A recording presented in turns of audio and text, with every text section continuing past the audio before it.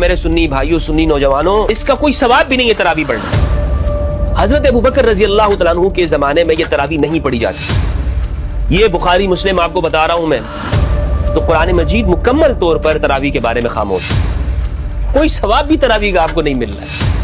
اور سب سے پہلے ہم چلیں گے قرآن مجید کی جانب۔ تو قرآن مجید میں ہمیں تراویح کے بارے میں کچھ نہیں ملتا، اس پر سب کا اتفاق ہے، چاہے ہمارے اہل سنت کا جو بھی اسکول آف تھاٹ ہو، سب یہی کہتے ہیں کہ بھئی قرآن مجید میں تو کچھ بھی نہیں ہے، یعنی قرآن میں تو تراویح کے بارے میں نہیں کہا گیا ہے، تو قرآن مجید مکمل طور پر تراویح کے بارے میں خاموش ہے۔ صحیح بخاری کی روایت ہے، روایت کا نمبر 731، فرماتے ہیں ان رسول اللہ صلی اللہ علیہ وآلہ وسلم اتخذ حجرۃ، رسول اللہ صلی اللہ علیہ وآلہ وسلم نے رمضان مبارک کے مہینے میں ایک حجرہ بنا دیا۔ راوی یہ کہتے ہیں کہ وہ حجرہ بوریے سے تھا، یعنی آپ نے اپنے کمرے میں ایک جگہ مخصوص کر لی عبادات کے لیے۔ فی رمضان فصلی فیہا لیالی، آپ نے اس میں کئی راتیں نماز پڑھی۔ فصلی بصلاتہ ناس من اصحابہ، تو آپ کے پیچھے صحابہ میں سے بعض حضرات نے ان راتوں میں آپ کی اقتداء کی، آپ کے پیچھے نماز پڑھنا شروع کی۔ کہتے ہیں فلما علم بہم جعل یقعد، جب آپ صلی اللہ علیہ وآلہ وسلم کو اس کا علم ہوا، آپ نے نماز موقوف رکھی، آپ نے نماز چھوڑ۔ جب آپ کو پتہ چلا کہ میرے پیچھے تو صحابہ بھی باہر کھڑے ہو کر نماز پڑھنے لگ گئے، اور فرمایا تم نے جو کیا مجھ کو معلوم ہے، لیکن لوگوں تم اپنے گھروں میں نماز پڑھتے رہو، کیونکہ بہتر نماز آدمی کی وہی ہے جو اس کے گھر میں ہوتی ہے، سوائے مکتوبہ نماز کے یعنی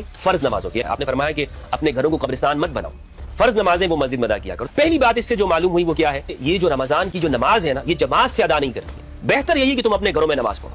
یعنی رسول اللہ صلی اللہ علیہ وآلہ وسلم نے صحابہ کو منع کر دیا کہ میرے پیچھے جو تم یہ جو جماعت کر رہے ہو یہ تم نے نہیں پڑھنی۔ تو میرے سنی بھائیوں، سنی نوجوانوں، یہ بخاری مسلم آپ کو بتا رہا ہوں میں، بخاری مسلم، اور ترجمہ بھی میں آپ کو اہل سنت والجماعت کے جو ہمارے علماء ہیں، علامہ غلام رسول سعیدی رحمہ اللہ کا ترجمہ، بریلوی عالم۔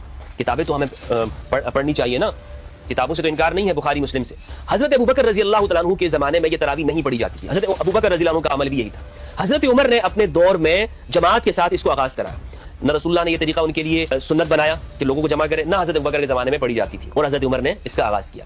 20 رکعتیں یا 40 ہے، اور اس کی تعداد کے اندر بھی اختلاف ہے۔ پوری امت ایک دوسرے کے ساتھ جو ہے نا وہ گتم گتا ہے کس بارے میں، 20 پڑھنی ہے، 11 پڑھنی ہے، 40 پڑھنی ہے، 36 پڑھنی ہے۔ آپ کتابیں کھنگال کے دیکھ لیں، اس کی تعداد کا اختلاف ہی بتاتا ہے کہ یہ رسول اللہ کا طریقہ نہیں ہے۔ آپ اس میں تفصیل دیکھیں نا، اس دوسری جلد کے اندر نہ اس کا ثواب ہے، اس کا کوئی ثواب بھی نہیں ہے تراویح پڑھنے کا۔ میں آپ کو پوری تفصیل بتاؤں اگر شرح صحیح مسلم میں علامہ غلام رسول سعیدی رحمہ اللہ نے جو اس پہ لکھا ہے کہ اس کو آپ اس علامہ عینی کے حوالے سے، اس کا کوئی ثواب بھی نہیں آپ کو مل رہا، کوئی ثواب بھی تراویح کا آپ کو نہیں مل رہا ہے۔